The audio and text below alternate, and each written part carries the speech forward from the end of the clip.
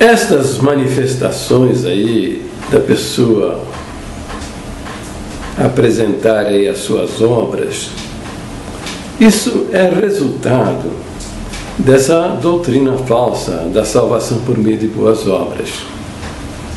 Porque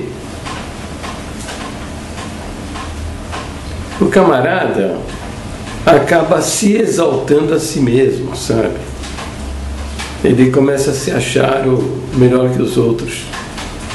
É mais consagrado, mais fiel, porque ele faz e outros não fazem, sabe? Isso é resultado desse tipo de crença. Isso gera um orgulho espiritual, uma soberba. A pessoa acha que porque ela está realizando estas coisas, ele está melhor que os outros. Não sabe que muitas vezes aqueles que não fazem propaganda da sua dedicação a Deus, né, estão aí numa situação espiritual muito melhor, né?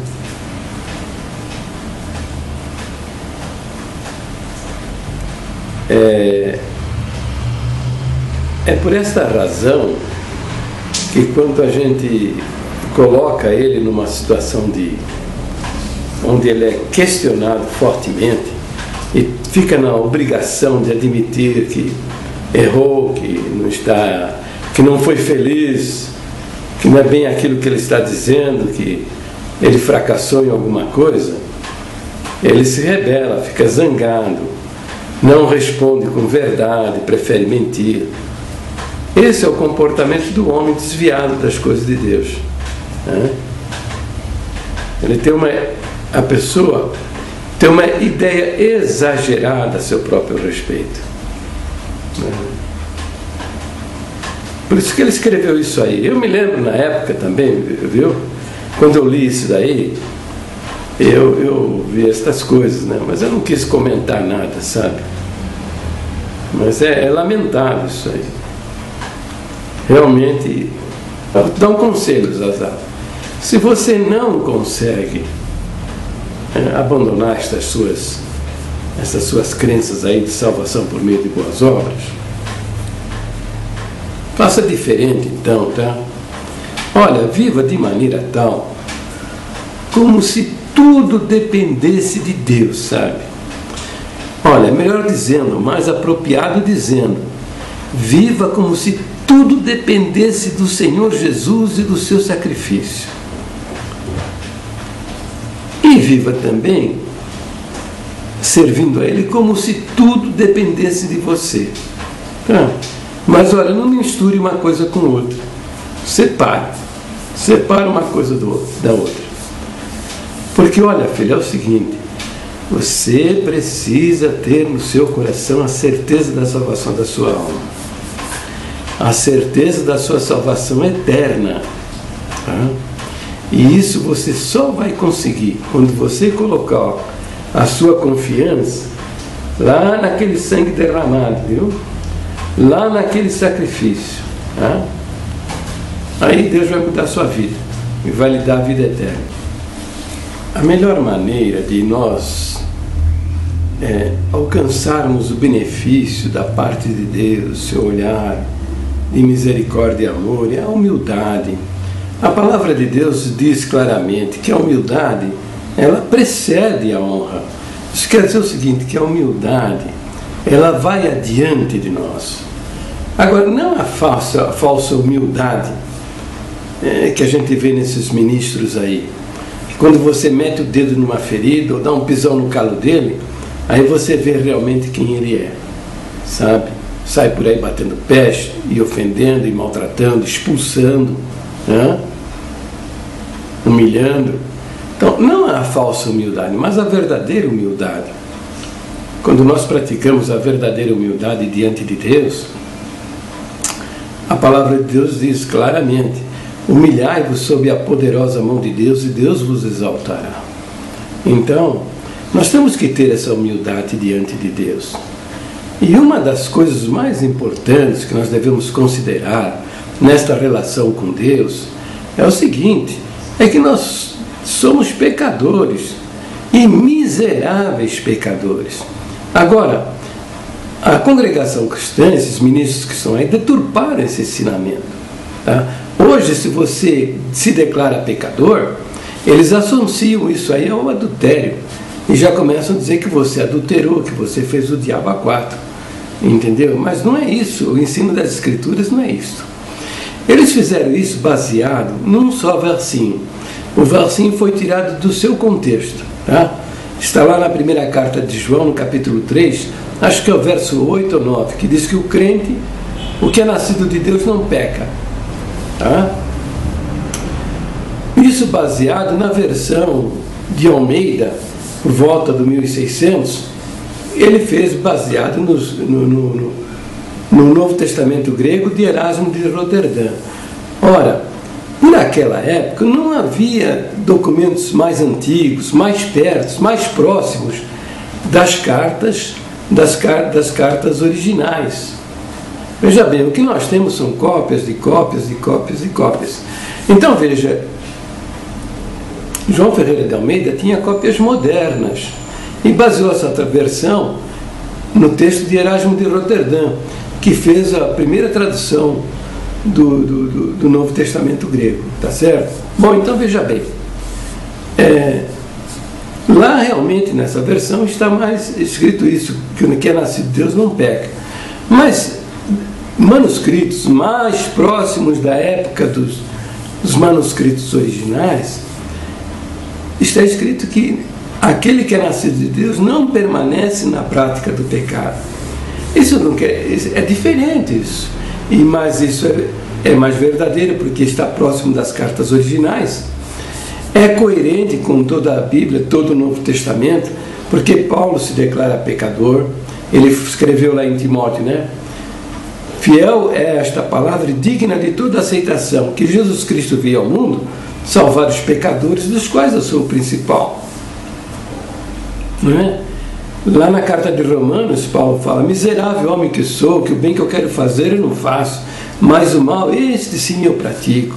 Tiago fala na sua carta: todos nós tropeçamos em muitas coisas.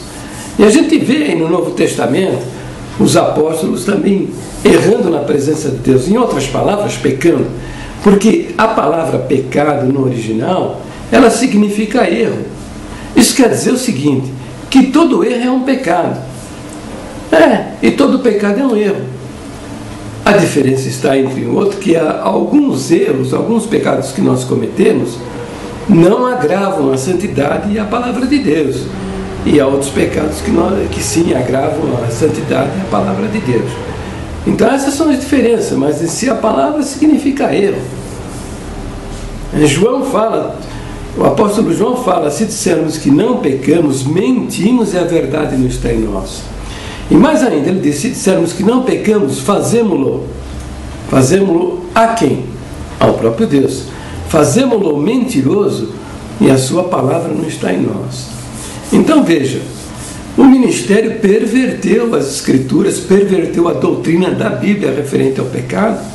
Hoje, eu, por exemplo, tenho declarado várias vezes nesse site e em outros lugares que eu sou pecador. Aí eles associam, eles ensinaram ao povo que a pessoa que declara que é pecador adulterou. Ora, que absurdo isso aí. Mas isso aí é uma outra enganação diabólica usada para dominar a mente das pessoas. Tá? Então as pessoas não ouvem as palavras que eu falo, porque eles já enfiaram na cabeça das pessoas, eles fizeram a cabeça da pessoa, né? Cobriram a cabelo com um capacete de aço para não ver a verdade, ficar escutando as mentiras que eles ensinaram ao longo dos anos. Então veja, João se inclui como pecador também. Se dissermos que nós, ele está se incluindo, não temos pecado, enganamos a nós mesmos. Então veja, eu tenho explicado essas verdades para o Zazar. Ele fica indignado, fica nervoso, fica agitado, diz que ele não é pecador, entendeu? Olha, conversa é essa. Agora, como pode o Deus verdadeiro, Criador do céu e da terra, que encarnou na pessoa de Jesus, estar na vida e participar da vida de um homem como esse. Pode estar na vida e participar do ministério, como o ministério da congregação que está ensinando essas coisas. Ensinando o povo até a blasfemar de Deus e a negar a palavra de Deus. Porque quando fazemos no mentiroso, está fazendo quem? A palavra de Deus, porque Deus está dizendo que nós somos pecadores miseráveis. Então, o reconhecimento da nossa miséria, da nossa necessidade e da nossa impossibilidade até de salvar as nossas almas, é que nos qualifica a receber de Deus o dom da vida eterna. Entendeu? Porque a salvação só tem verdadeira eficácia naqueles que reconhecem realmente a sua necessidade. Agora, enquanto o camarada acha que ele pode se salvar praticando boas obras, ele não vai aceitar o remédio da salvação oferecido por Deus. Então, crer da maneira como esses homens acreditam, né, é realmente inflar o ego. Isso gera o orgulho espiritual, a vaidade, porque jamais nós vamos satisfazer a santidade de Deus. A única santidade, a única justiça que satisfaz a Deus é a justiça dele mesmo. Ele não vai julgar esse povo aí com a minha justiça, ou com a justiça do Zazá, ou de qualquer outro homem. Ele é o juiz do universo, ele vai julgar segundo a sua própria justiça. Lá na carta de Romanos diz assim, que não há um justo, nenhum sequer.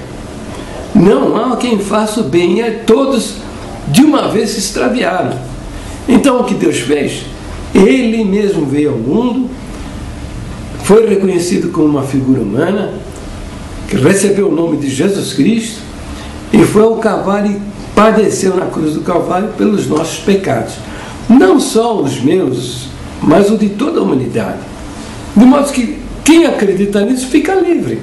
A palavra é clara: nenhuma condenação há para os que estão em Jesus Cristo.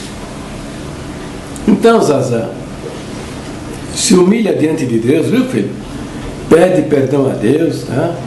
Dessas suas crenças falsas, abraça as palavras dele registradas nas Escrituras, que você vai ter no seu coração o gozo da sua salvação. Entendeu? É isso aí, filho.